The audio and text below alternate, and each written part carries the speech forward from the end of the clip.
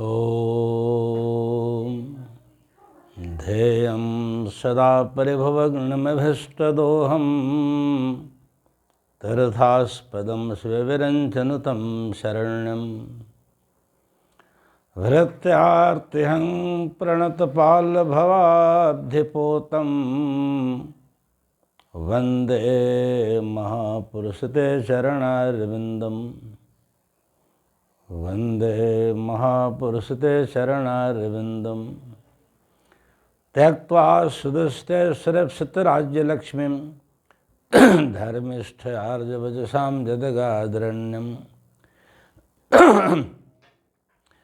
मायामृगं दैत्यप्सितमन्वधावन् वन्दे महापुरुषते शरणारविन्दम् वन्दे महापुरुषते शरणारविन्दम्। अष्टांग योग के माध्यम से हम सब चल रहे थे, जिसमें यम की चर्चा चल रही है। यम नियम, दूसरे में नियम होते हैं। यम नियम आसन प्राणायाम प्रत्याहार धारणा ध्यान समाधि। यम नियम आसन प्राणायाम प्रत्याहार धारणा ध्यान समाधि। इसमें कुछ चर्चा चली थी कि हमें ऋतु के हिसाब से अपने आप को संयमित करते हुए चलना चाहिए। आहार विहार पर ध्यान रखना चाहिए। इस क्रम में नियम संयम के क्रम में ही, जैसा कि जीव का लक्ष्य होता है,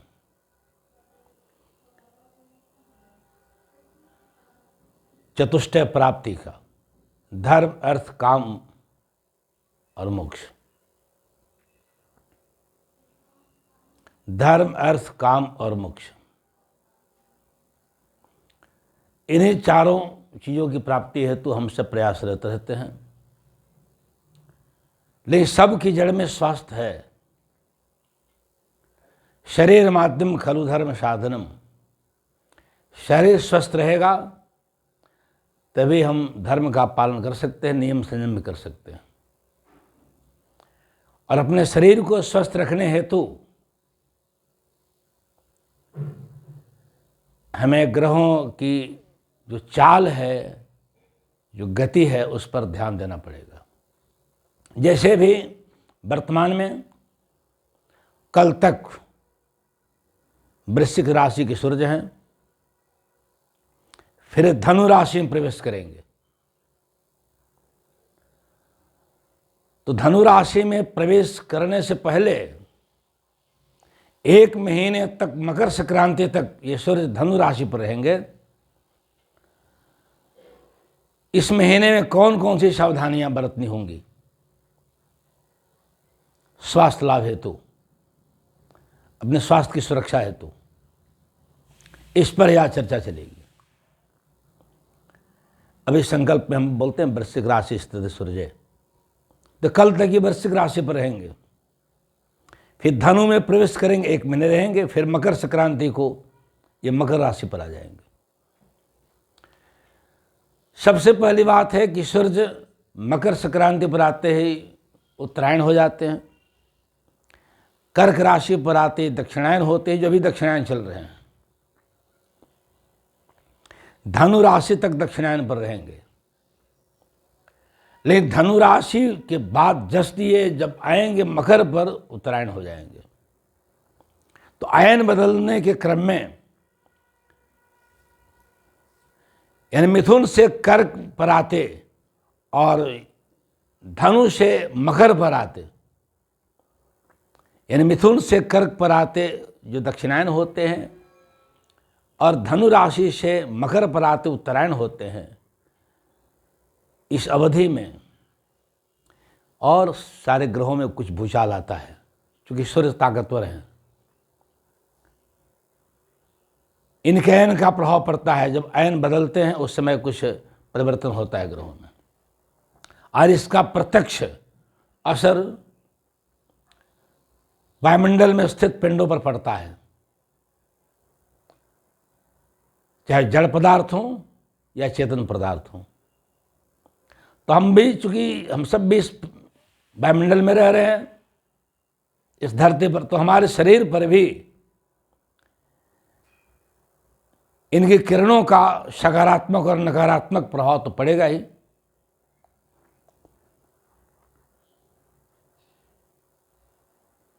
वैसे तो मैं चर्चा किया हूं कि दिनों का नामकरण ग्रहों के रोटेशन के अनुसार, घूर्णन के अनुसार होता है, परिभ्रमण के अनुसार होता है, जिसमें काफ़ी सावधानी हमको संडे को, रविवार को बरतनी पड़ती है। तो संडे को, रविवार को सूर्योदय काल से 1 घंटे तक सूर्य की मारक किरण धरती पर आती है, और सूर्य की मारक किरण जिस दिन आती है, इसलिए उस दिन पूरा आधिपत्य सूर्य का होता है, इसलिए उस दिन का नाम रविवार रखा गया। तो ठीक जैसे ही उत्तरायण होना ही चाहेंगे, उत्तरायण होंगे मकर राशि पर आते, उससे कुछ पहले ही से इनकी मारक किरणों का प्रभाव धरती पर आना शुरू होगा, तो प्रखरता इनकी बढ़ेगी। और जहाँ जहाँ इनकी नकारात्मक ऊर्जा जा रही है, वहाँ वहाँ विशेष प्रभावित कर सकते हैं। और इनकी जो क्रूर दृष्टि है, जहाँ नकारात्मक प्रभाव पड़ रहा है, वहाँ रक्तचाप संबंधी बीमारी, मस्तिष्क संबंधी बीमारी, पाचन तंत्र संबंधी बीमारी बनने की संभावना प्रबल हो जाती है। इसलिए प्रायः देखा जाता है कि सर्वे करके विचार करें हम, तो पूरे वर्ष में सूर्य की जो गति के अनुसार राशि पर स्थिति होती है, तो मकर राशि पर आने से 15 दिन पहले और 15 दिन बाद का समय आकस्मिक दुर्घटना, खासकर मस्तिष्क संबंधी बीमारी, ब्रेन हेमरेज, हृदयाघात अधिक होते हैं। इन महीनों में ही नहीं, जब दक्षिणायन होते हैं कर्क राशि पर, यानी आषाढ़ का महीना, जुलाई का लगभग 14-15 जुलाई को ये कर्क राशि पर आते हैं, उस समय भी हार्ट अटैक की बीमारी, ब्रेन हेमरेज बीमारी अधिक होती है। इसका खास कारण है कि दक्षिणायन होने क्रम में, उत्तरायण होने क्रम में हमें जो सावधानियां रखनी चाहिए, हम सब प्रायः लापरवाह रहते हैं। तो नहीं,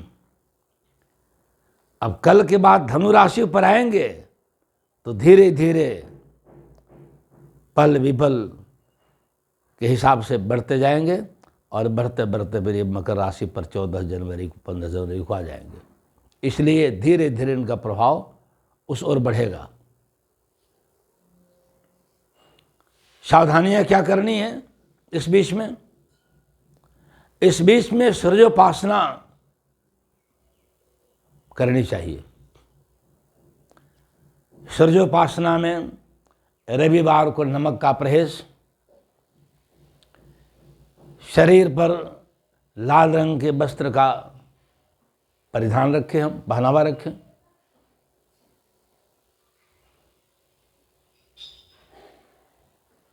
लाल फूल से पानी के साथ भगवान सूर्य को अर्घ्य दें। यदि जप करते हो, संयम करते हो, तो ओम घृणे सूर्याय नमः का जप करें, और कोशिश करें कि मकर राशि पर आने से 15 दिन पहले और 15 दिन बाद तक लवण का सेवन बहुत कम करें, नमक का सेवन कम करें। वैसे भी आप सब अनुभव किए होंगे कि जिस दिन लोग उपवास करता है या नमक नहीं खाता है, तो शारीरिक शिथिलता बढ़ जाती है, सुस्ती आ जाती है। क्यों? क्योंकि रक्तचाप गिरता है, और नमक अधिक सेवन करने से रक्तचाप बढ़ता है। और ब्रेन हेमरेज, हार्ट अटैक यानी हृदयाघात और मस्तिष्क संबंधी आघात में नमक का अधिक सेवन करना प्रधान कारण होता है, रक्तचाप बढ़ता है। मैं तो खुद अपने इर्द गिर्द घटी घटनाओं का सर्वे किया हूं तो पाता हूं कि प्रायः संडे को ही ये घटना ज़्यादा घटती है। दिन भी संडे होता है, रविवार होता है। इसलिए हमारे यहाँ जो विधान है, हमारी जो परंपरा है, हमारी संस्कृति के अनुसार जो परंपराएं हैं, उनमें भी कुछ न कुछ ये सब रहस्य छिपे हुए हैं।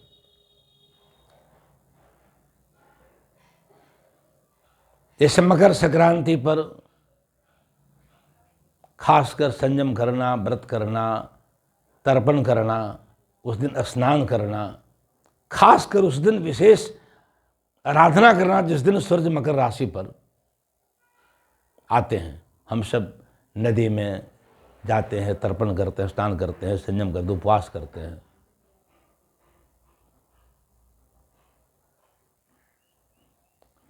और जो सूर्य का प्रिय रंग है लाल, प्रिय मतलब लाल किरण जो सूर्य की है,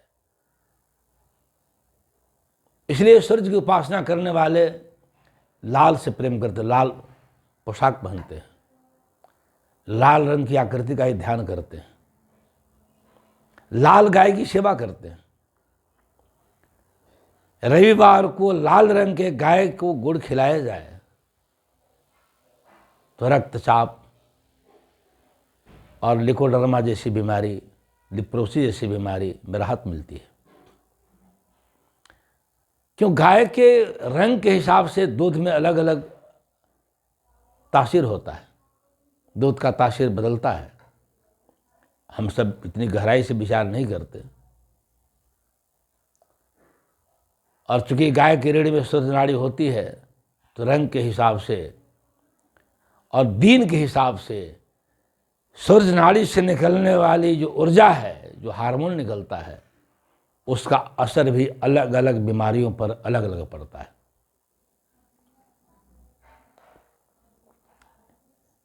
इसलिए मकर संक्रांति आने से पूर्व हो सके तो प्रतिदिन गाय को गुड़ खिलावे। लाल गाय मिलती है तो और अच्छा, नहीं तो किसी गाय को गुड़ खिलावे पूरे महीने। और मकर संक्रांति को विशेष उपासना के साथ हम अपने आप को संयमित करने की कोशिश करें। इस तरह से मकर राशि पर सूरज का आना, मेष राशि पर सूरज का आना और कर्क राशि पर सूरज का आना, तीन समय विशेष ध्यान देने की बात है। मकर राशि पर तो भी आएंगे 15 जनवरी को, और मेष राशि पर आते हैं 14 अप्रैल को, 14 या 15 अप्रैल को आएंगे। तो मेष राशि पर ही पहली राशि पर आते हैं, उस समय भी हम सबको संयम करना चाहिए। यहाँ हमारे व्रत में परंपरा बनी हुई है, कुछ दिन भी हम कोई विश्वान कहते हैं उस व्रत को, सत्तू सेवन करते हैं लोग, उस दिन भी स्नान करते हैं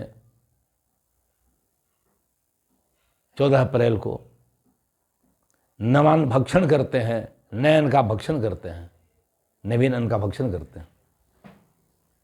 अब तो ये परंपराएं टूटती जा रही हैं, उस पर लोग ध्यान नहीं दे रहे हैं। लेकिन नए अन्न का सेवन लोग तब तक नहीं करते थे, हमारे ऋषि महर्षि, हमारे पूर्वज, जब तक उस फसल के सेवन करने का समय नहीं आता है। जैसे चना का सेवन 14 अप्रैल से पहले नहीं करते थे, 14 अप्रैल को ही सत्तू का सेवन करके उस समय उपजे अन्न की शुरुआत, मतलब भक्षण का शुरुआत करते, सेवन की शुरुआत करते थे। इसलिए उसको लोग सत्वान कहते हैं। सत्तू पहले खाते थे लोग, उससे पहले सत्तू का सेवन नहीं करते थे। इस तरह से योग में, अष्टांग योग में भी यम नियम ये ध्यान देने होंगे कि हमें ऋतु के हिसाब से, ग्रह की परिक्रमा के हिसाब से अपने आप को ले चलने में सहूलियत होगी। इसीलिए हम सब जब मंत्र जपते हैं, दैनिक पूजा भी करते हैं, तो हमारे हाथ में जो माला होती है वह 108 दाने की माला होती है। 108 दाने की माला खासकर याद दिलाने के लिए होती है कि आप जहां बैठे हैं उस जगह पर भी ये सारे काम कर रहे हैं, आपके शरीर पर ये ग्रह काम कर रहे हैं। 108 मतलब 27 नक्षत्र होते हैं, और जिस वलय के अंदर हम सब हैं उस वलय पर, जैसे वृत्त की परिधि पर 27 मन के सेम डिस्टेंस पर हैं जो नक्षत्र के मन के हैं, और 27 नक्षत्र को 4-4 चरण में बांट दें तो 108 होता है। 108 दाने की माला का मतलब हम 108 पर ध्यान रखें, नक्षत्र के चरणों पर। कभी किस नक्षत्र का कौन चरण चल रहा है, उसके अनुसार राशि कौन चल रही है। 2.25 नक्षत्र पर एक राशि बदल जाती है। 12 राशियां हैं, 27 नक्षत्र हैं। इसलिए 108 दाने की माला हाथ में लेते ही हमें संयमित हो जाना कि आज हमारी पूजा जो हो रही है, आज मेरी साधना जो हो रही है, इस साधना में क्या, कौन कौन सी सावधानी चाहिए, कहाँ कहाँ से कैसे दृष्टि पड़ रही है, उस हिसाब से अपने आप को बचाने की कोशिश होनी चाहिए। इस तरह से चलते हुए हमें अपने आप को नियंत्रित करते हुए मकर संक्रांति का पर्व मनाना चाहिए। खासकर स्वास्थ्य की दृष्टि से जितनी सावधानी मकर संक्रांति पर आने से 1 महीने पूर्व से रखनी होगी, इतनी आवश्यकता शायद कभी नहीं पड़ती है। यहाँ विशेष सावधान होने की आवश्यकता है इस महीने में। इसलिए मैं आज की चर्चा में अष्टांग योग के अंदर ही यम नियम संबंधित बातों पर, मकर संक्रांति से पूर्व सावधानी पर चर्चा रखा।